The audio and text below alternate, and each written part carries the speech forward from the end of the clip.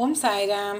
ஸ்ரீ சாய் ஞானேஸ்வரியின் அத்தியாயம் 7, ஸ்ரீ சாயியின் ஐஸ்வர்யம். உலக மாயத்தில் மூழ்குபவர்களுக்கு நீங்கள் கட்டுமரத் தோணி. நீங்கள் பயந்தவர்களின் அடைக்கலம். நீங்கள்தான் படைப்புக்கு காரணம். நீங்கள் அந்த தூய சைத்தன்யம்.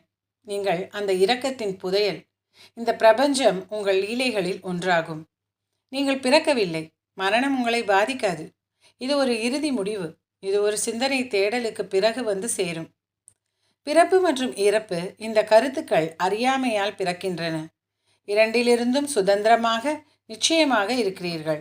நீர் நீரூற்றாக தோன்றினால் அதன் மூலமும் இருக்கிறது என்பதை குறிக்கிறதா? இதை படிக்க ஏற்கனவே முழுவதாக வந்து நான் இங்கே டிஸ்கிரிப்ஷனில் கொடுக்குறேன். மனித உடல் உண்மையில் ஒரு புனிதமான நீர் படுக்கை போன்றது. ஆத்ம நீரூற்றின் தூய்மையான சுத்தமான நீர் போன்றது. இது போன்ற எண்ணற்ற புனிதமானவை இருந்தாலும் சக்திகள் அனைவருக்கும் ஒரே மாதிரியாக இருக்கின்றன. ஆகையால் ஆரம்பம் இல்லாத நீங்கள் இரக்கம் உள்ளவரே. அறியாமை மலையை அழிக்க உங்களுக்கு சொல்கிறேன். தயவு செய்து இந்திரனின் வஜ்ராயுதம் ஆகிவிடுங்கள்.